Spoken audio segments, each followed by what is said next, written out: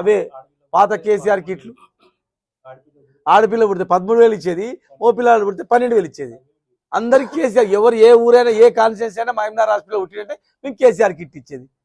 మళ్ళీ అదేంటిది? నేను ఇంకా చెప్పాలంటే పర్సనల్గా చాలా ఉన్నాయి, పర్సనల్గా మాట్లాడాలంటే చాలా ఉన్నాయి. మైనింగ్ గురించి కావచ్చు, రకరకాలుగా వద్దులేగా. విద్యానిధి ఏంది, ఆ కథ ఏంది, ఆ ఫండ్స్ ఏంది, దాని చరిత్ర ఏంది, ఇవన్నీ నేను చెప్పుకోవాలంటే బాగుండదు. ఒక రోజు కావాలంటే చర్చా వేదిక పెడదాం, పిలుద్దాం. ఈ పనులు ఎందుకైతే లేవు, 6 గ్యారెంటీలు ఎప్పుడు అమలు చేస్తావు, ఏం హామీలు ఇచ్చిండ్రు, ఎందుకు ఓట్లు వేసిండ్రు ప్రజలు, మీకు ఓట్లు ఎందుకు వేసిండ్రు, ఏం హామీలు నెరవేర్చిండ్రు, ఒక ఉద్యోగం అని వచ్చిందా, 2 లక్షల ఉద్యోగాలు ఏమైనవి, స్కూటీలు ఏమైనవి, JN2 క్యాంపస్ దీన్ని తీసుకొస్తే ఇంజనీరింగ్ క్యాంప్ పాలమూరు యూనివర్సిటీలో ఎవ్రీ ఇయర్ కొత్త కోర్సులు వస్తుంటాయి, ఆటోమేటిక్ వస్తుంటాయి. మేము ఉన్నప్పుడు చాలా వచ్చింది, మేము చెప్పుకోలేవన్నీ. ఇంజనీరింగ్ లా అన్నీ వస్తాయి, యూనివర్సిటీ అయిన తర్వాత కోర్సులు అన్నీ వస్తాయి. నేను అడిషనల్గా ఉస్మానియా యూనివర్సిటీ లేదా పాలమూరు యూనివర్సిటీకి సంబంధం లేకుండా JN2కి సంబంధించినటువంటి పెద్ద క్యాంపస్ శాంక్షన్ చేస్తున్నాను, సపరేట్ క్యాంపస్. అది ఉస్మానియాలో ఇంజనీరింగ్ ఉన్నా JN2 క్యాంపస్ సపరేట్ ఉంటుంది. నేను JN2 క్యాంపస్ తీసుకొస్తే నువ్వు దానిలో వచ్చిన కాలేజీని నేను తెచ్చిన, ఏం తెచ్చింది చెప్పండి? ఎన్ని స్కూళ్ళు కట్టినాం మేము, ఎన్ని గురుకులాలు తెచ్చినాము, BC SC ST ఎన్ని గురుకులాలు తెచ్చినాము. ఒక మైనార్టీ రెసిడెన్షియల్ స్కూల్ తెచ్చినావా, ఒక 10 BC రెసిడెన్షియల్ స్కూల్ తెచ్చినావా చెప్పండి? ఎన్ని డిగ్రీ కాలేజీలు తెచ్చినాం మేము, విద్యానిధి అని, తర్వాత లేదంటే ఏదో ఇంకా వేరే సంస్థ అని, కంప్యూటర్లు అని, బుక్స్ అని, రకరకాలుగా. పర్సనల్గా మీరు పర్సనల్గా నేను ఒకటి మాట్లాడితే నేను 100 మాట్లాడతాను, అది మంచిది కాదు. మీరు మాట్లాడితే మీరు పర్సనల్గా పెట్టు, నా మీద పెట్టు, ఏం మాట్లాడుతావు పర్సనల్గానే నేను పెడతా, ఇంకేమేమి చేసినండి. అవన్నీ దృష్టి పెట్టకుండా మరల్చకుండా మీ కార్యకర్తలకు సమాధానం చెప్పి పో. ఇప్పుడు మేయర్గా నేను చెప్తున్నా కదా, మహబూబ్నగర్ ప్రజలరా మీకు చేతులు దండం పెడుతున్నా, ప్రజలందరూ కూడా దయచేసి 2.5 సంవత్సరాలు వాళ్ళే ఉన్నారు మున్సిపాలిటీలో, అక్రమంగానో సక్రమంగా ఏమో చేసుకున్నారు, ప్రజలకు తెలిసి ఏందండి. 2.5 సంవత్సరాలు దగ్గర ఉండి మున్సిపాలిటీకి 1 రూపాయి తెచ్చింది లేదు. ముఖ్యమంత్రి స్వయంగా చెప్పిండు, మున్సిపల్ ఎలక్షన్ ఎందుకు పెడుతున్నా అంటే కేంద్ర నిధులను వస్తాయని పెడుతున్నా, మున్సిపాలిటీకి 1 రూపాయి ఇవ్వలేదని. మరి 2.5 సంవత్సరాలుగా వాళ్ళు చెప్పేటట్టు ఒక ప్రాజెక్ట్ లేదు. మళ్ళీ ఇప్పుడు మేయర్గా ఉన్నారనుకోండి, మొత్తం అరాచకం ఉంటుంది చూడండి.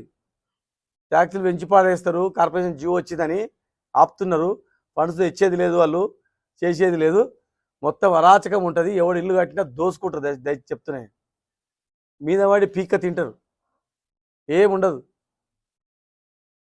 వాళ్ళు చేసేది ఏముండదు.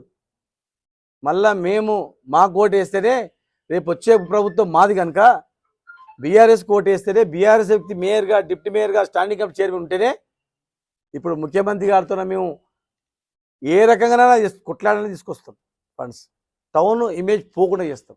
మళ్ళీ 2 ఏళ్లలో మేము అధికారంలోకి వస్తాం, వచ్చినాక హైదరాబాద్ ధీటుగా తయారు చేస్తాం. మహబూబ్నగర్కు ఎయిర్పోర్ట్ శాంక్షన్ చేయించుకున్నాం, ఎయిర్పోర్ట్ అథారిటీ ఆఫ్ ఇండియా వచ్చి చూసిపోయింది, ఇన్స్పెక్షన్ చేసిపోయింది. మా దురదృష్టానికి ఆ గుట్ట అడ్డం వచ్చి పోస్ట్ పోన్ అయింది. వరంగల్తో పాటు ఈక్వల్గా మా దగ్గర అయ్యేది అది. GMR కూడా మాట్లాడినాం, వాళ్ళ నిబంధనలకు అవసరం అనుకుంటే మీరే నడుపుకోండి దీన్ని, 150 కిలోమీటర్ల మీకు అడ్డం వస్తే అగ్రిమెంట్ ఉంటే మీరే నడుపుకోండి అని చెప్పి మాట్లాడినాం. ఒక ఎయిర్పోర్ట్ ఆంధ్ర, కర్ణాటకకు, గుల్బర్గా, రాయలసీమ అవన్నీ కూడా వచ్చేటట్లు మా విజన్ పెద్దది. మయూరి పార్క్లో కూడా ఉన్నటువంటి 2 ఎకరాల బర్డ్ ఎన్క్లోజర్, 800 రకాల పక్షులు వస్తాయి దానికి. జంగల్ సఫారీ ఉంది, ఫతేపురం మైసమ్మ దగ్గర హోటల్ ఉంది, పెండింగ్ ఉంది, గవర్నమెంట్లో ఉంది. అది చూడండి, ప్రపోజల్ 15 కోట్లది ఫైనాన్స్లో ఉంది. అటువంటిది తెప్పియండి. ముఖ్యమంత్రితో కొట్లాడతావో ఏం చేస్తావో మాకు తెలియదు. నువ్వు అవన్నీ తెప్పియకుండా మమ్మల్ని అవమానపరిచేటట్లు అహంకారంతో నువ్వు మాట్లాడితే ఎవరం పడం. నేను ఎన్నుకున్నందుకు మహబూబ్నగర్కు దళితులను పట్టుకొని ఎనికిపోయింది మొత్తం టోటల్గా. మళ్ళీ ఇప్పుడు మేయర్కి పొరపాటున మీరు వేస్తే ఇలా 50,000 గజం ఉన్నది 10,000 కూడా ఓడు కొంటలేడు మహబూబ్నగర్ టౌన్లో, మొత్తం వాల్యూ పడిపోయింది. 30 లక్షల ఎకరం ఉన్నది 5 లక్షలు కూడా ఎవడు కొంటలేడు. విశ్వాసం లేదు మీ మీద మీరు చేస్తారని చెప్పి. అధికారిక కార్యక్రమాల్లో నువ్వు పాల్గొంటావని గతంలో మీ జిల్లా అధ్యక్షుడు నిన్ను నిందించిండు. ఏమనుకుంటున్నావు? కాంగ్రెస్ బొమ్మ మీద ఎమ్మెల్యే కార్యక్రమాలకు వస్తాలో ఏం సంగతి అని చెప్పి ఒక ఎమ్మెల్యే కూడా మీకు గట్టిగా మాట్లాడాడు. ఇదేం పద్ధతి అని. మీ పార్టీ ఇష్టం, మీ కథ ఇష్టం. మీ ఒక్కరి నుంచి జిల్లా అభివృద్ధి అయిపోతుంటే మేము ఊరుకోం. మీ ప్రవర్తన వల్ల నిధులు రాకుండా ఉంటాయంటే మేము ఊరుకోం. పిలిచిపోయిన పనులను కంప్లీట్ చేయకుండా ఏదో సాకు చెప్పి గడుపుతామంటే మేము ఊరుకోం. ఏదో స్వాతిముత్యం టైపు కమలాసన్ చేసినట్లు స్వాతిముత్యం చేసినట్లు నువ్వు చేస్తే వాడు నమ్ముతారు. మొత్తం నీది జిరాక్స్ ఏది ఏమంటుందని స్కాన్ ఎక్స్రే లాగా మొత్తము తెలిసిపోయింది అంతా.